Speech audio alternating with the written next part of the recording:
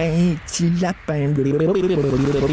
Alors, le chef du PQ, Paul Saint-Pierre Plamondon, a affirmé hier que s'il prenait le pouvoir, ce qui est presque sûr, là, si on se fie au sondage, son gouvernement va aller encore plus loin que la CAQ en matière de laïcité et qu'il va interdire les signes religieux, même chez les élèves et même chez les élèves du primaire.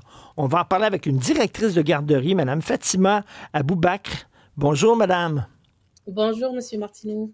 Est-ce qu'il va trop loin? Parce que interdire le port des signes religieux aux fonctionnaires en position d'autorité, bon, c'est une chose. L'interdire aux élèves, ils font ça en France, ici, ça allait très loin avec la chose. Mais là, même aux élèves du niveau primaire, qu'est-ce que vous en pensez? Mais moi, je pense que c'est une action vraiment de bienveillance et de toute sagesse et courage, parce que c'est pas et aux élèves du primaire, mais il faut surtout que ça soit interdit aux élèves du primaire, parce que les élèves du primaire, on va pas dire qu'ils ont choisi de porter le voile. Ceux qui défendent le port du voile des femmes adultes, soi-disant, ben, ils peuvent pas me dire qu'une fillette de 9 ans, de 7 ans, de 10 ans, elle a choisi de porter le voile. On peut tout de suite imaginer dans quel contexte cette fillette, elle vit. Parce que le musulman ordinaire, il impose pas le port du voile à sa fille. Je vous assure qu'en primaire, on voit pas de fillettes voilées. Et quand on voit des fillettes voilées, c'est parce qu'ils vivent vraiment dans un milieu radical, extrémiste, et que donner au moins cet espace à l'enfant dans l'école où il aurait droit et accès à un milieu neutre, où il peut douter, où il peut se poser des questions, où il peut interagir avec d'autres enfants en toute neutralité, c'est le protéger. Moi, à mon avis, aller plus loin, c'est vraiment même demander là des fillettes là qui sont voilées au primaire, il faut demander la protection de la La DPJ. DPJ. Vraiment. Pour vous, c'est une C'est une forme de violence. maltraitance. C'est une violence, c'est une maltraitance qui détruit une vie.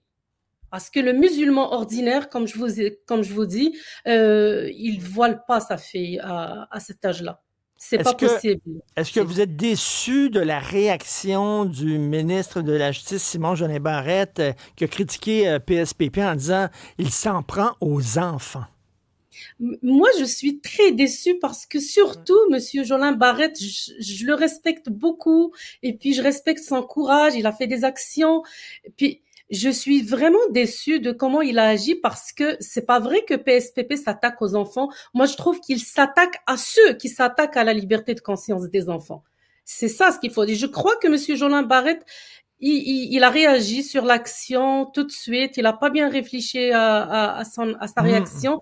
Et je crois que quelqu'un comme lui, j'ai du doute qu'il va maintenir cette réaction.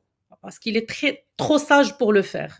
En fait, c'est une réaction politique. On va en parler tantôt avec Emmanuel Je crois. Latraverse, mais c'est plus, il Ouais. essaie il essaie de se démarquer de son adversaire Mais politique, là. sauf que quand il s'agit des enfants, moi j'ai un problème avec la politique.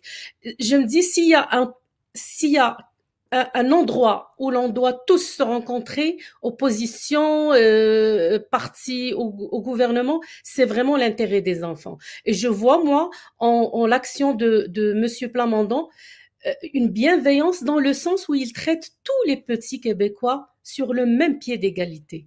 Il les traite vraiment comme des vrais Québécois, comme des vrais futurs citoyens. Il les traite pas comme une différence. Parce que j'ai vu Mhm. aussi Monsieur Rodriguez qui disait que il respecte pas la différence. C'est pas une différence ça. La différence, moi je la vis à la garderie avec les tout petits, c'est les différences de ethniques, de couleur de peau, d'origine, et les enfants le vivent magnifiquement bien. C'est super, ça vient naturel. Ils le font, on leur apprend pas à accepter ça, ils l'apprennent naturellement. Mais des fillettes voilées, c'est une différence qui n'est pas anodine, qui est plein de symbolique et on veut pas que les enfants apprennent cette différence. Au contraire, Mais, il faut qu'on se fie de cette différence. mais Madame Aboubakr, vous dirigez une garderie. Est-ce que ça arrive que des parents très rigoristes avec la mère voilée vous amènent une petite fille voilée à votre garderie? Qu'est-ce que vous faites? Moi personnellement, j'ai jamais eu un cas comme ça et je crois que ça doit être rare, sinon je doute que ça existe en garderie parce que c'est juste du 0 à 5 ans, les garderies. OK. Peut-être que ça commence à apparaître à l'école à partir de 6 ans, 7 ans, mais moins que 5 ans, moi, j'ai jamais vu ça. J'ai jamais été face à un cas OK. pareil. Ce qui m'inquiète dans la politique là, que veut adopter M. Paul Saint-Pierre Plamondon, c'est que, vous l'avez dit vous-même, là, si une jeune fille, là, on parle du niveau primaire, là, qui a 7 ans, qui a 8 ans et qui est voilée, c'est pas son choix, c'est qu'elle a des parents qui sont très, très rigoristes et peut-être radicaux. Ces parents-là, si on interdit le voile aux élèves au niveau primaire, ils ne demanderont pas à leur fille d'enlever son voile, ils ne l'enverront pas à l'école. Ils vont peut-être l'envoyer dans une école privée, religieuse, et elle va être encore plus isolée des autres élèves qu'elle ne l'était. Il n'y a pas une crainte aussi comme ça? D'où une réflexion, moi c'est une réflexion personnelle. Si c'est moi qui décide, j'allais interdire les écoles religieuses à temps plein. J'allais les laisser juste pour les fins de semaine, par exemple, ou les soirs. Mais une école religieuse ne doit pas exister parce que on prive vraiment une bonne partie de futurs bons Québécois de cette même égalité de chance d'avoir une liberté de conscience. Monsieur Martineau, ces derniers jours, j'écoutais un franco-algérien qui parlait de ça, effectivement, et il a dit que c'était grâce à l'école publique laïque française qu'il a commencé à faire des comparaisons parce que la fin de semaine, il allait à l'école religieuse islamique. Et puis, il comparait, lui, même tout petit, il comparait juste les comportements de ses enseignants de l'école publique avec l'enseignant de l'école religieuse, qu'il trouvait très dur, qui le punissait, alors que dans l'autre école, ils étaient bienveillants. Et c'est de là, à partir de 7-8 ans, qu'il a commencé à se poser des questions. Mais pourquoi lui, j'ai le droit de poser des questions, mais pourquoi l'autre, j'ai pas le droit de poser des questions? D'où vraiment, il faut regarder tout ce système. Moi, je dis que quand ça parle d'enfants, il faut vraiment oublier toutes les partisaneries et penser vraiment juste à l'intérêt de l'enfant. Tout à fait. Donc, on interdit le voile ou tout signe religieux, pas seulement le voile, tout signe religieux pour les élèves au primaire, et on interdit aussi les écoles religieuses, sauf, comme vous dites, le week-end. Le week-end, c'est correct. Le soir, c'est Pour ça. moi, on donne aux enfants cet espace où ils peuvent avoir accès à un peu de liberté. Parce que les mettre dans une école religieuse et dans une maison radicale et dans un enseignement extrémiste, mais ça donne des citoyens qui vont toujours être à côté. C'est vraiment ça l'exclusion. J'ai vu Monsieur Rodriguez parler d'exclusion, mais ce que Monsieur Plamondon veut faire, c'est plutôt l'inclusion.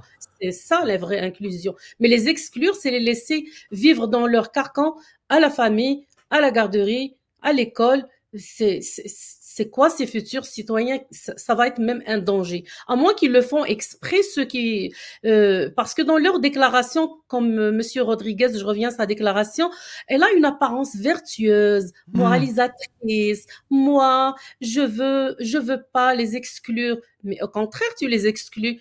Est-ce que lui, il peut souhaiter ça à ses enfants, de les priver de cette liberté de conscience, de cette liberté de réfléchir, de se poser des questions, de ce milieu neutre? À moi, là, des fois, je me dis, ils sont trop vertueux pour que ça soit vrai. J'ai l'impression qu'ils le font exprès pour qu'ils perpétuent juste eux le pouvoir de génération en génération, et que les enfants de ces immigrants que le Québec essaye d'intégrer vraiment dans la société soient toujours marginalisés. Ils n'auront jamais l'occasion d'arriver à la haute sphère du pouvoir et des postes bien placés dans la société. Merci.